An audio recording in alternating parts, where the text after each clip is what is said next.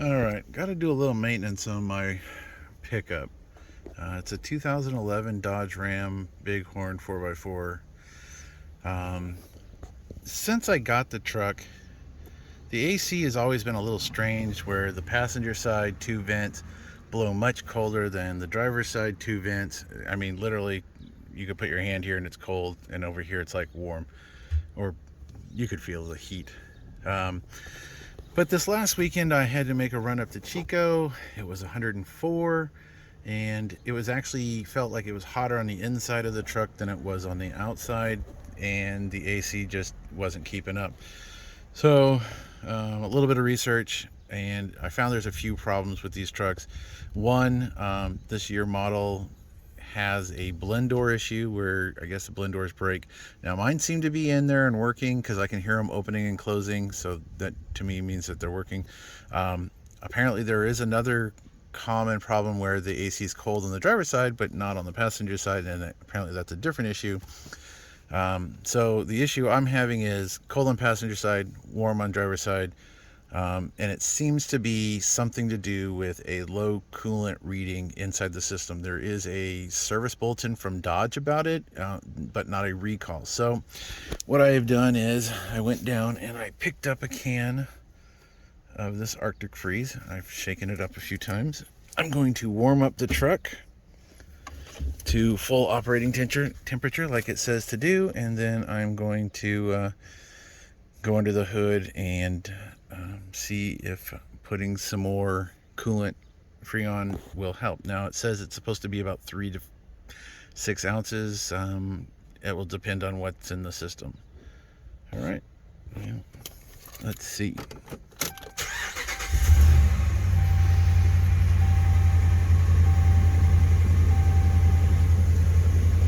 So I have the doors open.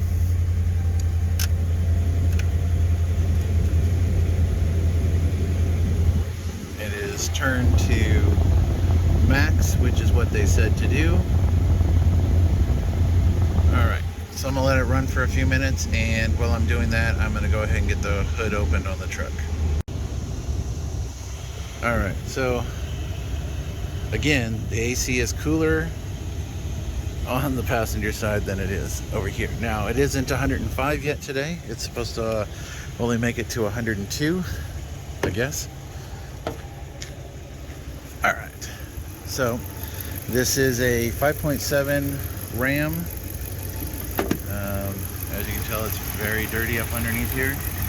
But this is my airbox on my Ram, and right back in here is the low pressure port.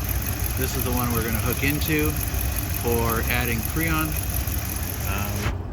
Not to be confused with this one up here at the front by the headlight, which is the high pressure port. So we're not messing with this one today. We're only messing with that one.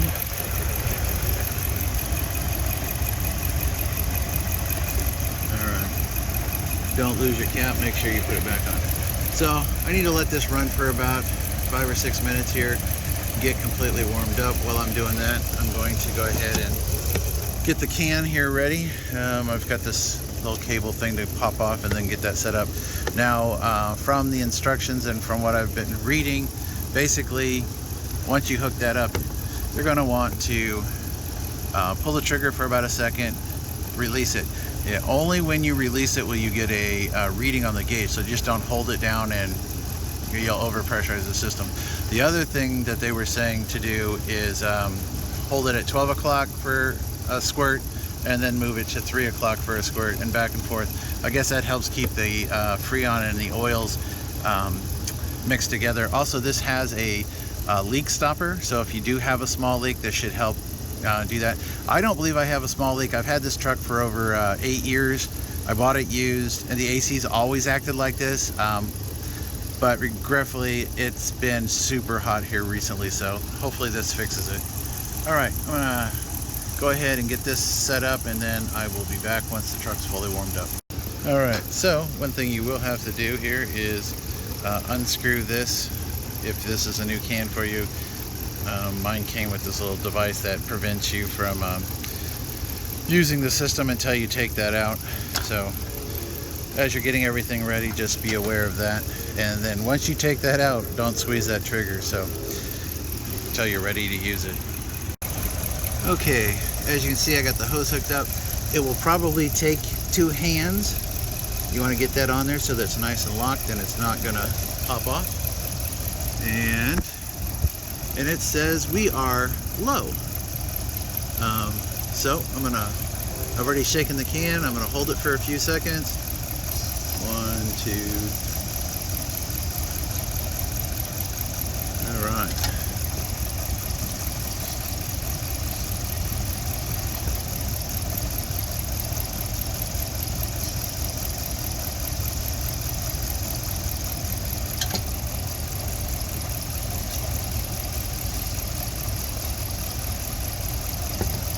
What do you know? It's coming up.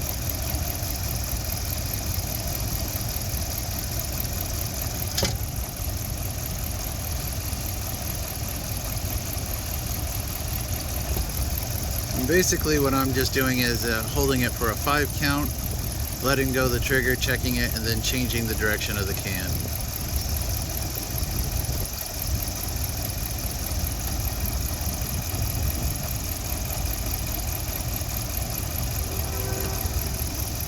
That was a big one.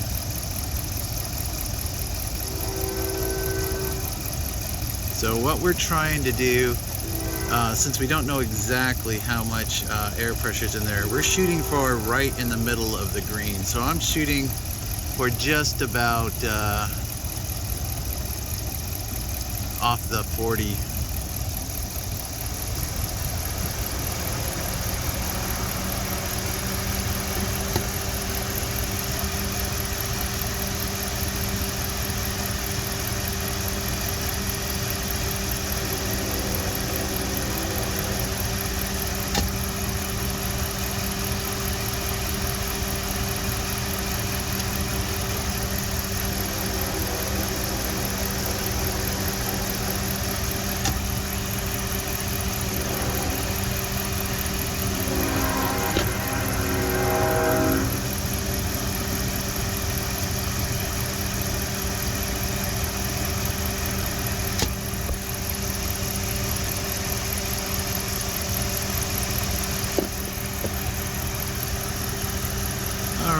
Let's see.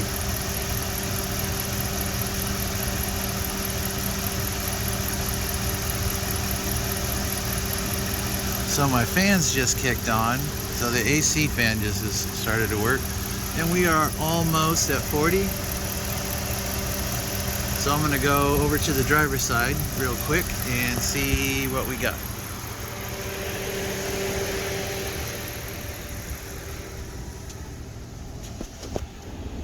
Oh yeah, now I got cold AC.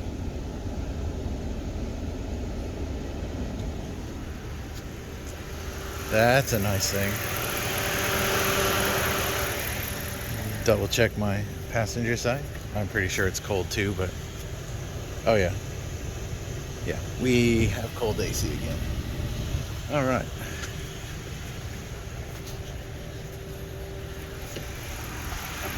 So, and the pressure seems to be holding.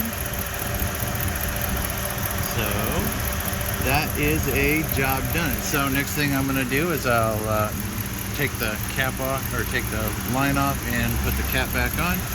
And that is a job done. So easy peasy. And it looks like I have AC again. All right, so I have closed up the hood, disconnected the tank. I have equal cold air on both sides, and I'm talking it is nice and chilly. It is currently 97 degrees outside. Yeah, that's really nice. I mean, yeah, I can actually go someplace in the truck again without keeling over. Well, thanks for watching. I got more videos coming, probably on the Porsche, could be on the Veloster. It'll be after the heat goes away though, that's for sure. Thanks again.